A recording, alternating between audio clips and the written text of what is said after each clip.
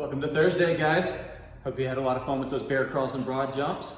And we got the next one on the list. So a couple of housekeeping notes on that. Today is Thursday, 9 a.m. today. We are going to have another opportunity for you guys to come in and pick up weights.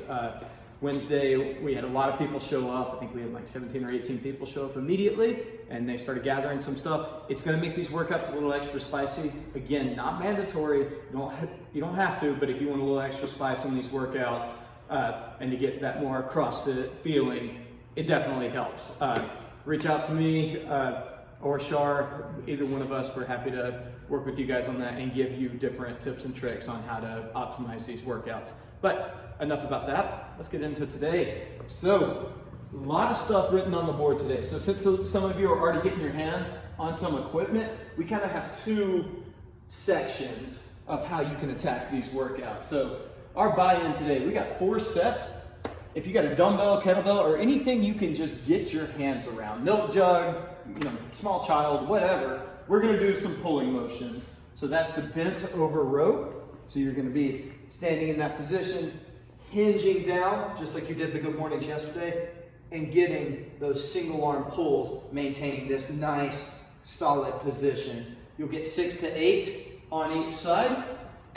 And if you don't have, you say you have nothing to hold on to, some people have ring rows, TRX systems, or even just a bar or something like on a kid's gymnasium or something like that. Any kind of pulling motion is what we're after. So I wrote inverted pull right there, and Char's gonna follow me over and look at this. So we have our upright here. This could be done on any kind of support or stair rail. Make sure there's not obstacles. But you're gonna hold your core nice and tight, maybe take a wider stance, but you're going to lean back and pull yourself in. So you can do 6 to 8 of these on each side. And the further back you are, the easier it is. The deeper you are into it, the more difficult it is. So you got 2 options there. It says 8 to 10, not 6 to 8. I can read. 8 to 10 reps on each arm for that inverted pull or bent over row. And then option B, nice and simple. 100-meter sprint, looks just like this.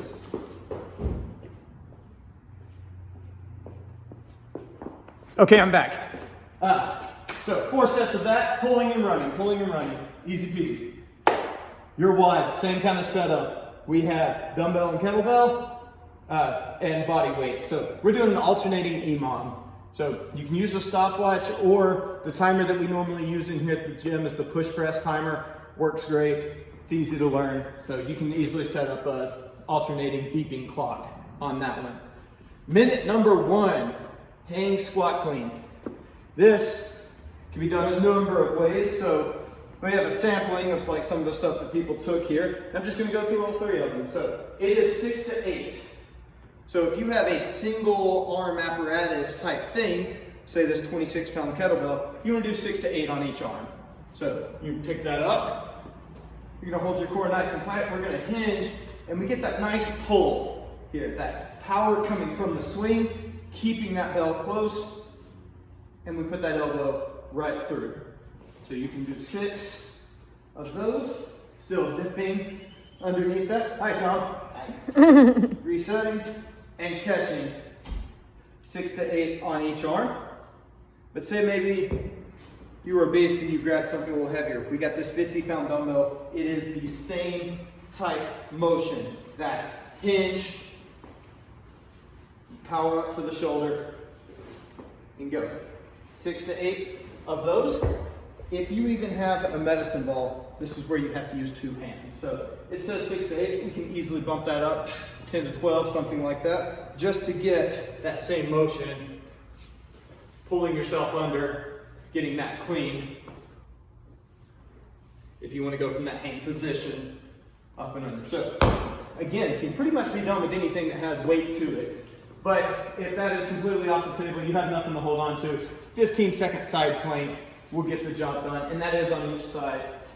Any and all of these movements through this workout should only take you 30 seconds at each minute. So it's a kind of a 1-to-1 work-rest ratio, but it's 21 minutes, so you're working for a long time. Minute number 2, handstand hold or prone plank. This one's pretty self-explanatory. If you have a wall that you are comfortable kicking up to, kick up into that nice solid handstand hold against the wall, elbows nice and locked, everything stacked, neutral. We have brick walls in here, so we're very blessed on that, but if you try this in your living room, maybe kick your shoes off when you do it. You want to have a nice soft landing against the drywall. I am not responsible for busted stucco or holes in the wall. CrossFit at your own risk. The other option is that prone plank, which is just a nice high plank. If you guys want to come more to your toes to get into those shoulders, keep those ribs nice and tucked in, pushing through those shoulders, opening up those scapulas, that's going to get you that same shoulder support. You may also wall walk into position for these. So you have option 1 of the handstand hold, coming up, nice, easy, tucked position, or the wall walk position, being face forward, walking up. Again, these are your walls, so take care of them. Nice, supported hold. 30 seconds on both options, and that obviously requires no weight, so it is the same for both options. And then finally, our single arm Renegade Row and or hollow rock. So, the Renegade Row, this one, again, you kind of come back to your toys here. Gonna be kind of difficult to do with a medicine ball, but with the dumbbell or kettlebell, it is the same thing. It is that plank position, and you are pulling elbow back. So kettlebell's a little awkward, so I like to put it forward like that, but we hold tight through the plank, pulling back. Controlling up and down, 6 to 8 on each side. If you got something a little heavier, you may have to adjust the reps, but it's the same motion. Then finally, that hollow rock, that 30 seconds for that body weight option. Opening up, rocking. Doesn't matter the amount of reps, you're just working for 30 seconds. If you need to scale that inward, you may cross over or even do that rotating or that rocking dead bug. The more in you are, the easier it is. The more out you are, the harder it is. Whew. That was a mouthful. But, so to just recap real quick, pulling and sprinting, pulling and core. A little bit of shoulder stability worked in here. So whether you stay all body weight or if you got something to hold on to, there's plenty of it in there. Do not neglect your warm-ups. You want to really take care of your shoulders. A little bit of the hamstrings in this. Don't go into this cold. Take care of your calves for those sprints. Do a few of your Samson lunges, your lunge to elbows. If you have questions on good ways to warm up and stuff, please reach out to us. But take care of your bodies in this. Have some fun with it. Don't forget to post it at CrossFitTO on Instagram. Hashtag built by CFTO. We always love seeing that. Put it on the members page. Keep them coming on SugarWOD. I'm excited to see what you guys do with this one. Thanks.